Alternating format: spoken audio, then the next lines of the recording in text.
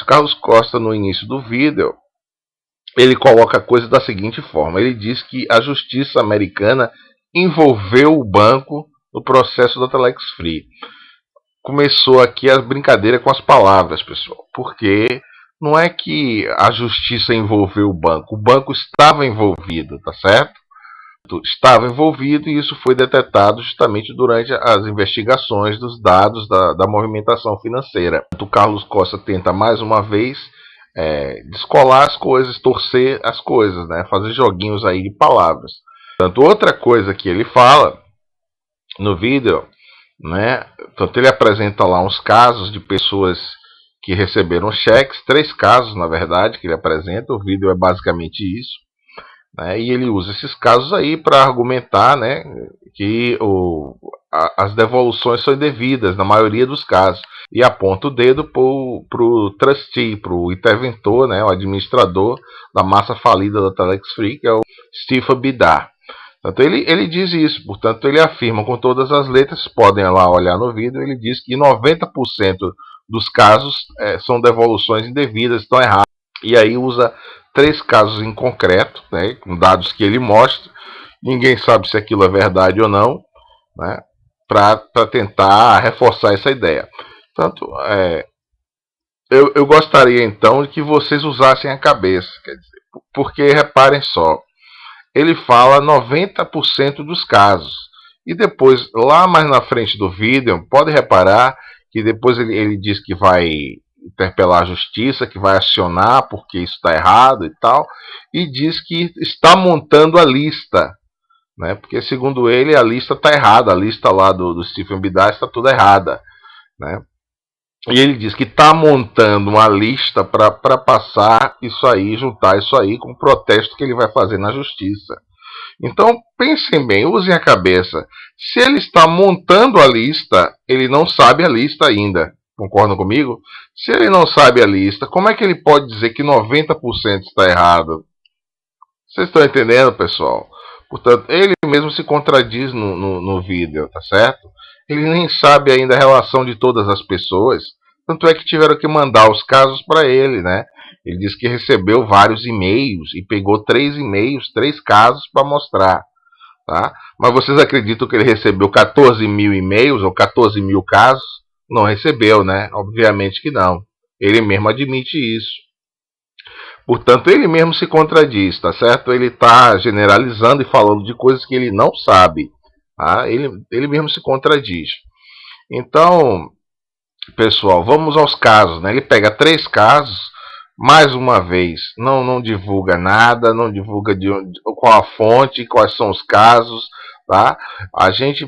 Eu não acredito em nada que o Carlos Costa fala nos vídeos dele, né? E explico por quê, pessoal. Porque ele já tem um historial de inventar coisas e mentir descaradamente. Vou dar só 2 exemplos aqui que estão aí na internet para todo mundo ver, que é o caso do contrato com a Mafre, que ele veio no vídeo apresentar um contrato fraudulento que ele mesmo forjou, depois foi categoricamente desmentido pela Mafre, que não havia contrato nenhum, né? E depois ele teve a disfarçatez, a cara de pau maior ainda, de dizer que não foi ele, que foram os divulgadores que andaram apresentando o contrato. Quando todo mundo tem isso em vídeo, né? Tá lá no YouTube para todo mundo ver. A cara dele, é a mão dele que está mostrando lá o suposto contrato, que na verdade é um contrato forjado por ele, fraudulento, tá? Essa foi a primeira. A segunda foi a questão do laudo, entre aspas, o laudo da Receita, né? Que foi categoricamente desmascarado também por um investigador, né? Que postou um vídeo espetacular, para mim um dos melhores vídeos que eu vi de denúncia, né, em que ele desmascara, na vez que o Carlos Costa veio apresentar um suposto laudo da Receita que validava a legalidade da Telex Free, né. Então, muitas pessoas que percebem disso reclamaram na internet que a Receita não emite laudos, né. Então, Depois esse investigador foi pesquisar a fundo e fez um excelente vídeo mostrando inclusive a manipulação que ele fez, pegando trechos, uma tabela que a própria Telex Free forneceu a receita, né, com dados que ela colocou lá, que a Telex Free colocou lá, e depois tentando passar como se a Receita tivesse atestado esses dados, que a Receita tivesse confirmado a validade desses dados. Esses dados, obviamente, eram fictícios, foi para inglês ver, foi para tentar driblar e mascarar a situação da empresa, né, que a empresa é insustentável. Então, esses dois exemplos que estão aí na internet em vídeo, tudo gravado em vídeo, pessoal, né, já mostram o nível do Carlos Costa, o nível de falsidade, de mentira do Carlos Costa. Então, nada que ele venha apresentar depois disso tem credibilidade nenhuma. É uma pessoa que está habituada a mentir, a forjar, inclusive forjar documentos, contratos. Imaginem vocês o que é que ele não faz. Né? Então, ele vem apresentar aí esses 3 casos aí de devolução. Para mim, isso não tem valor nenhum. E mesmo que fosse o caso, entendeu? Eu acho que tem aí coisa. Por exemplo, ele apresenta 2 casos em que, segundo ele, né, seriam casos aí de 2 e-mails aí, ele foi apurar os valores e os divulgadores teriam lucrado e lucrado muito. Portanto, não faria sentido receber devolução de 1 centavo, quanto mais de $205, né?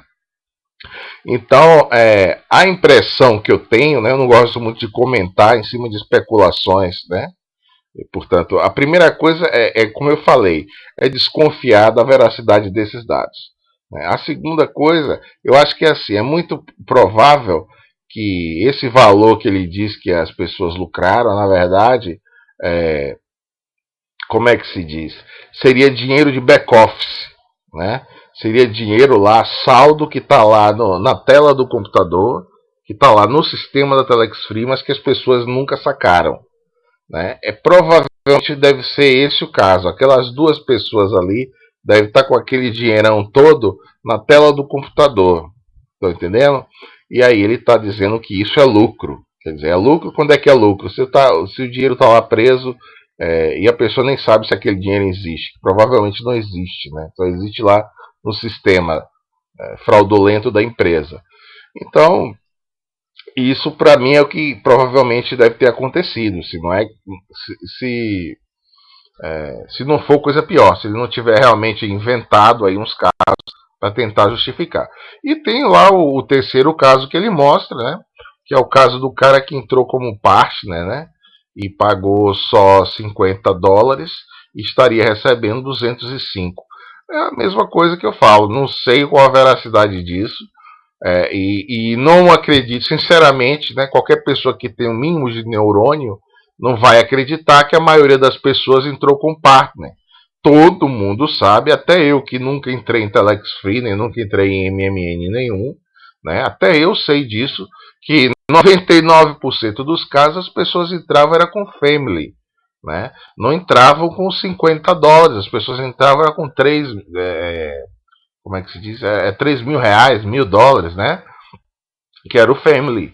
Portanto, vocês que estão na Telex Free, vocês com certeza sabem disso. Se pergunte aí quantas pessoas, quantos amigos de vocês entraram com $50, entraram com um partner que não dava lucro nenhum.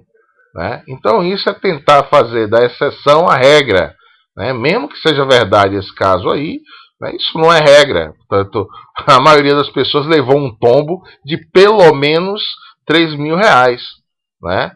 Sendo que houve pessoas aí que venderam casa, venderam carro, pegaram altíssimos empréstimos, meteram mais de 100 mil reais, 200 mil reais na empresa. Né? Então, é preciso repor a verdade. Não venha para cá com conversinha mole, porque nem todo mundo é débil mental. Né? As pessoas hoje em dia têm acesso à informação e quem está antenado aí percebe rapidamente que isso é conversa para boi dormir. Né? Agora, aqueles que não percebem, a gente está aqui para ajudar. Olha só, pessoal, eu queria aqui mostrar, né, refrescar a memória das pessoas, né, informar aquelas que são mais distraídas. Tá aqui, ó, vocês estão vendo essa matéria do Joaldo Dalla Costa, depois eu vou deixar aí o link. Essa matéria é de setembro do ano passado, vocês estão vendo aqui, 22 de setembro de 2014. E foi na época que foi feito tal acordo com o banco Fidelity. Então, reparem aqui, reparem por que fizeram um acordo. Né? Olha o título. Irmão do James Merrill facilitou o envio para fora dos Estados Unidos de 10 milhões e meio de dólares da Telex Free. É isso mesmo, como diria aquele filósofo, é isso mesmo, pessoal. Não é o contrato, não, mas é lavagem de dinheiro, entendeu? Tá, o dinheiro estava saindo pelo ralo, vocês estão vendo aqui. O dinheiro estava indo para contas em outros países, entendeu? Era farra do boi. Então usava o banco do irmão do outro pilantra, não é? E o dinheiro estava sendo escoado. Foi por isso que ele aceitou o acordo, que o banco aceitou o acordo, porque tinha plena consciência de que tinha culpa no cartório, né? Isso não são opiniões, pessoal. Eu vou seguir aqui, ó, que fala justamente, ó, disponibilização de 3 milhões e meio de dólares para ajudar as vítimas de Massachusetts da suposta pirâmide de Lex Free. Acordo feito com a SEC, né? Por ter aberto sem a devida precaução contas para a Telex Free e seus sócios Vanzeller e James Merrill, que é irmão do presidente do banco. Tá? Repetindo, pessoal, essa matéria é de 22 de setembro do ano passado. Tá? Aqui a foto do sujeito John Merrill, presidente do banco.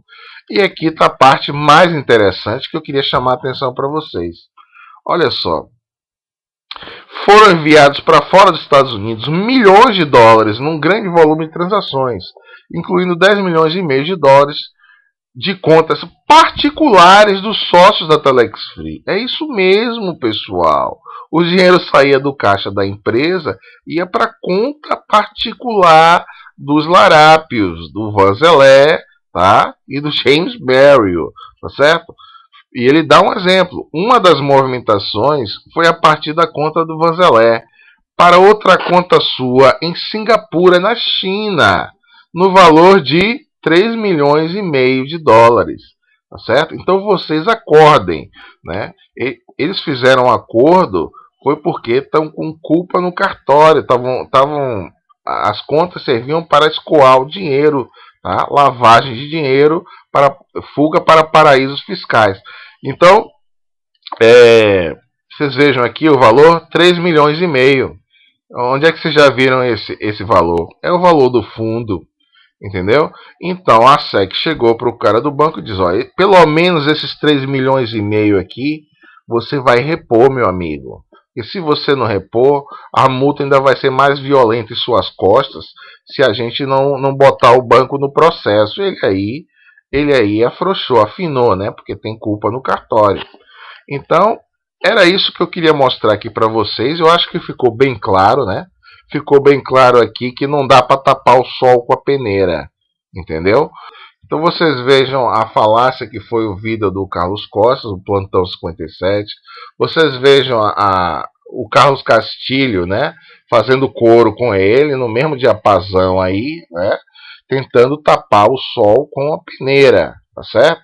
Então, mas aqui eu estou mostrando para vocês, ó, o que eles não querem dizer, tá? Vocês nunca vão ver o Carlos Costa, né? O Carlos Castilho falar aqui dessas contas, falar desse desvio de dinheiro, tá certo? Essa parte eles ficam com amnésia. Da mesma maneira que vocês não veem eles falarem do processo criminal no Espírito Santo, onde o Carlos Costa e o Pelé Reis e o Carlos Vanzeller desviaram foi centenas de milhões de reais. Eu vou repetir, centenas de milhões de reais saíram do caixa da empresa para eles comprarem carros, casas, iates e por aí vai, tá? Mas estão sendo enquadrados por causa disso, tá? Então fica aí mais uma vez rebatido o vídeo falacioso do Carlos Costa e também o vídeo do Carlos Castilho. Vai logo 2 em 1, né? 2 cajadadas com coelho só. Então, pessoal, é isso. Espero que vocês tenham gostado aí, né? Havendo mais plantões, vamos continuar aqui fazendo os nossos videozinhos para repor a verdade.